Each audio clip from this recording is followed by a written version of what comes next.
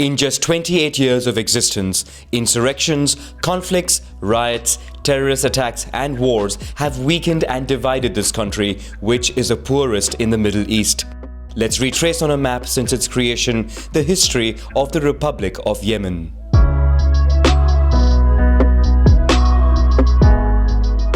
We begin in 1988 when Yemen was divided in two. In the south, there is the People's Democratic Republic of Yemen, whose capital is Aden. It is the only communist country in the Middle East, led by a single party and allied with the USSR. Although the country is vast, it is mostly desert and populated by approximately 2.5 million inhabitants. In the north, the Arab Republic of Yemen, with its capital Sana'a, is an Islamic state. The country has 7 million inhabitants and is more prosperous. As the Cold War draws to a close, the USSR is weakened, causing it to reduce financial aid to South Yemen. This pushes the country closer to its neighbor, paving the way for reunification talks. 2 years later, in 1990, the Republic of Yemen is born. The former president of North Yemen, Ali Abdullah Saleh, who was already in power for 11 years, took the reins of the new country, while the former president of South Yemen, Ali Salem al-Bid, became vice president. Sana'a becomes its capital and the population is majority Muslim with about 35% Zaydi Shiite and 65% Sunnis. Soon after independence, the country takes a stand against intervention in Iraq during the Gulf War. In response, the West and Arab countries cut off its financial support. Saudi Arabia, meanwhile, harasses the many Yemeni workers on its territory. With the country in financial difficulty and seeing no improvement, Vice President al-Bid leads the charge to regain independence for South Yemen. After a short civil war, the north prevails and the post of vice president is given to the Minister of Defense, Abdrabbo Mansour Hadi. In 1997, a jihadist insurgency begins with Al-Qaeda in Yemen that takes aim at loyalist forces and the United States. The government launches a fight against the terrorist organization. In 2004, Zaydi Shia tribes in the north complain of being marginalized and begin a new insurrection. The rebels call themselves Houthis, which is the name of their leader killed the same year by the army. The group is ideologically anti-American, anti-Semitic and anti-Zionist. In the south, there is continued frustration caused by Yemen's reunification. In 2007 enters the Southern Movement, a separatist political group which participates in the Yemeni Revolution in 2011. Encouraged by the Arab Spring, people take to the streets to demand an end to corruption, a healthier economy and lower unemployment.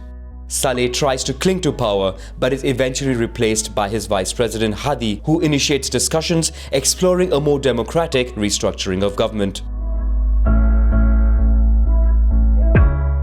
2 years later, the proposed reforms are weak and the Houthis feel resentful, having inherited no political power in their region.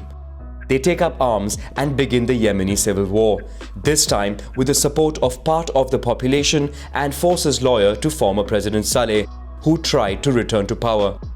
Together, they conquer Sana'a, forcing Hadi to flee to Aden and then to Saudi Arabia.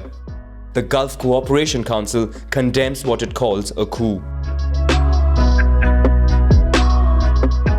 Against the backdrop of this regional conflict, Saudi Arabia accuses Iran, predominantly Shiite, of militarily supporting the Houthi rebellion.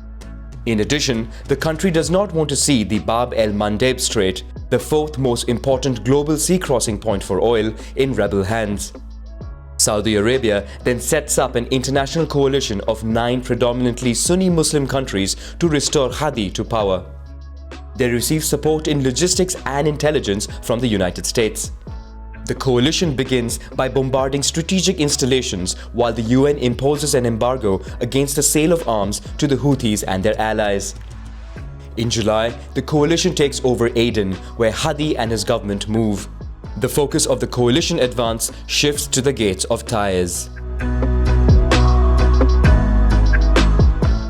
Although the coalition is better equipped, its lack of experience in the field regularly results in defeats and prevents it from gaining the upper hand. When coalition military advancements dry up, they step up aerial bombardment. Civilian populations very often become victims and get stuck in the crossfire. In October, Hayden Hospital is bombed. The UN condemns the strikes and calls for talks to negotiate a peace treaty which would not succeed. In addition to airstrikes, the coalition imposes an embargo on ports and airports controlled by the Houthis. Only aid shipments are allowed, which prove insufficient for the population suffering a humanitarian crisis. As a result, more than 2 million people are internally displaced in Yemen.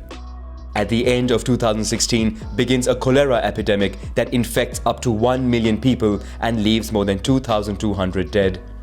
The UN estimated that 7 million Yemenis, or a quarter of the country, were close to starvation. In Sana'a, Saleh broke his alliance with the Houthis to try a diplomatic approach with Saudi Arabia. In retaliation, he was killed a few days later by the Houthis. In Aden, Hadi has a hard time projecting authority and uniting the locals. The Southern Movement creates the Transitional Council, a secessionist organization that quickly takes control of the city and the presidential palace. The group receives support from the United Arab Emirates, which distances itself from the coalition. The Emirati focus on Al-Qaeda and peddle their influence on the Yemeni island of Socotra, on which they set their sights. In retaliation of ballistic missiles fired at Saudi Arabia, the coalition further intensifies airstrikes, especially in the north. Forces loyal to Hadi attempt to retake Hodeida's strategic port in order to cut off Houthis' access to the sea. In Aden, the Southern Transitional Council strengthens with Emirati support, who had to leave the island of Socotra after an intervention by Saudi Arabia. In the east of Yemen, after many drone attacks by the United States, Al-Qaeda in the Arabian Peninsula takes advantage of the chaos in the country and strengthens its grip on power. Other terrorist groups emerge into the fray, including the Islamic State. The country is completely divided, and it's the Yemeni population that pays the ultimate price, with more than 10,000 dead in 4 years. According to the UN, the blockade imposed on the country has caused the worst humanitarian crisis on the planet.